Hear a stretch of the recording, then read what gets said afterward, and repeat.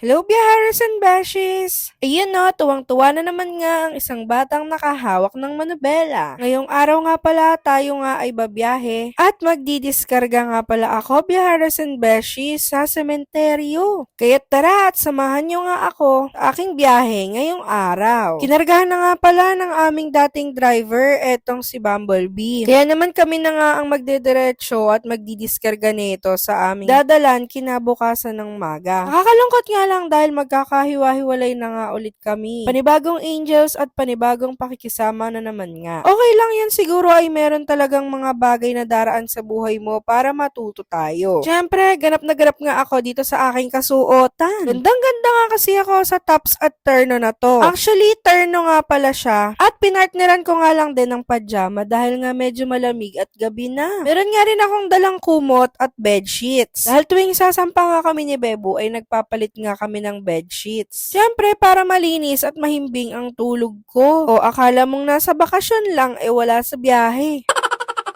Pero alam niyo ba, biyaheros and beshies, sa totoo lang, kapag kakasama nga ako sa biyahe, ay hindi din naman talaga ako mahihimbing ng tulog. Siyempre, nandyan na yung mag-iisip-isip ka kung makakarating ba ng maayos, magiging okay ba ang mga madadaanan, bago nga makarating sa diskargahan. Nako, kapag tracking nga ay marami ka pang pagdadaanan bago ka makarating sa diskargahan. Kaya naman siyempre, sa saglit na maipapahinga mo at maihiga, napakasarap naman talaga sa pakiramdam ng mabango at maayos ang higaan. Siyempre, para makakapagpahinga din naman ng maayos. Kaya naman ganyan nga agad ang inaatupag ko kapag nga bagong sampa kami. Sa mga hindi pa nga po pala nakakapasok sa loob ng truck, papansinin nyo nga po pala, biyaheros and beshies, yung nasa ilalim ng aming kama o yung foam na higaan, ayun nga po pala ang aming toolbox, yung kulay itim po na nakikita nyo sa video. Doon nga po pala nakapatong ang aming higaan. At syempre, magpapalit nga tayo ng bedsheet, ay magpapalit nga rin tayo ng mga pillow cases.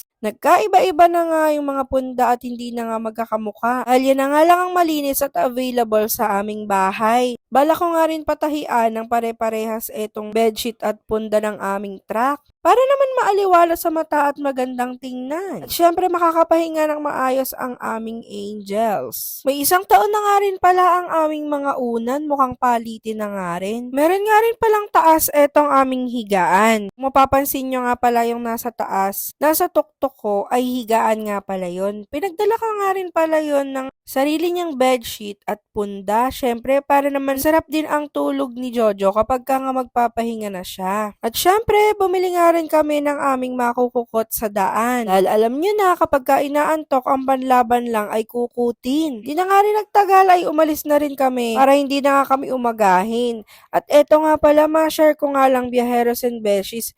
Isa nga pala to sa mga nakakatakot kapag ka-truck ang dala mo. Yung mga daanan na maraming takip na plancha. Syempre mabibigat nga ang mga karga ng truck na kagaya ng dala namin. Kaya naman nakakatakot dumaan sa mga ganito. Pagkaratingan namin ng Pulilan ay dito nga pala kami magdi-diesel sa Clean Fuel. Napakaganda nga palang ditong magpa-diesel. Bukod nga doon ay napakababait nga rin ng mga staffs nila. At nakakatuwa nga dahil meron nga rin silang rewards. At meron din silang apps. Quality na ang diesel, may libre ka pang appliances.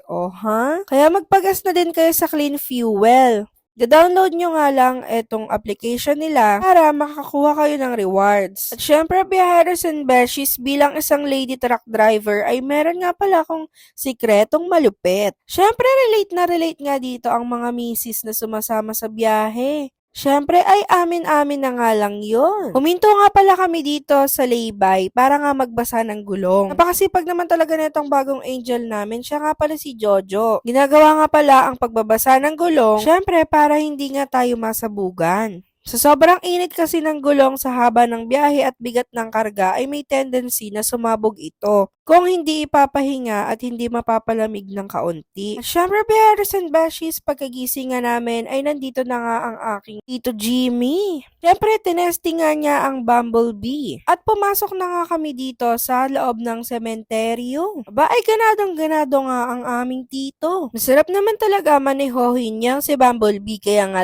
dapat ay lagi ng pag-ingatan. Alam niyo ba, biyaheros and beshies, nakakaloka nga dito sa napuntahan naming sementeryo, abay lulumain kumain naman talaga. Meron nga ditong TV, ref, sofa, kitchen, at napakalala pa nga ay may e-bike sa loob. Aba parang bahay na nga ito at meron pang rooftop. Lakad-lakad nga kami para tingnan ang location ng aming didiskargahan. White sand nga pala ang aming ibabagsak dito ngayon. Yun nga pala ang ginagawa nila sa white sand na aming dinadala. Yun nga pala yung ginagamit sa paglilibing. Hindi naman ako nakakaramdam ng takot dito dahil umaga naman. Lit nga lang ay bumalik na rin kami sa truck at naabutan nga namin etong si Jojo. Napakasipag nga ng bata na to dahil tingnan nyo naman. Gusto nga niya ay laging malinis, daig pa nga niya kaming may-ari. Ganyan sana lahat at palagi. Dahil nga walang maayos na makakainan dito ay cup noodles na nga lang muna ang aming binili. Nga pala ang laging kasangga ng mga driver na nagugutom kapag walang kainan. Lang kasi ang madali-daling kainin at hindi mo na nga siya kailangang iluto. Kapag meron ka lang mainit na tubig ay pwedeng-pwede na. Pamatid gutom lang ba? At syempre para mainit-initan na rin ang sikmura sa umaga.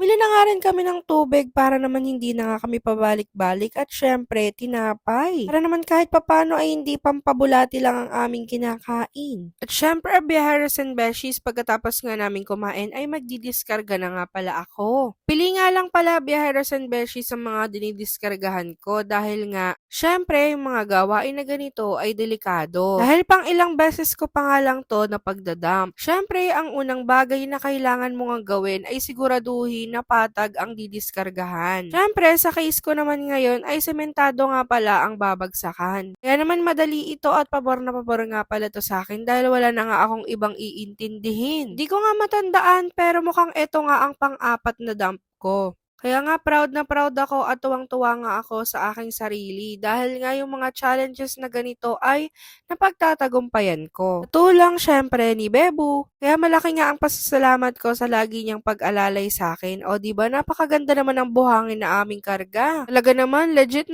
na double screen. Kaya sa mga biyaheros and beshies na gustong umorder ng white sand or gravel ay message lang po kayo sa akin. Pasensya na nga po pala kayo kung madalang nga lang ako makapag-post. Dahil sobrang busy nga at marami nga rin kaming inaasikaso. At pasensya na nga rin po biyaheros and beshies sa mga hindi pa nabibigyan ng stickers. Medyo busy nga lang po at inaasikaso na rin po ang pagpapagawa ng bagong stickers. At syempre, wag po kayong mag-aalala kapag po okay na ulit ay pwede po kayo humingi ng libre. At syempre, maraming salamat din po biyaheros and beshies sa laging pagsuporta sa Team Pinagpala. At mukhang bukas na nga lang po ang ating part 2 at shoutout. Dahil mukhang hindi na nga po kakayanin ng aking powers. Yun lang muna. Thank you for watching.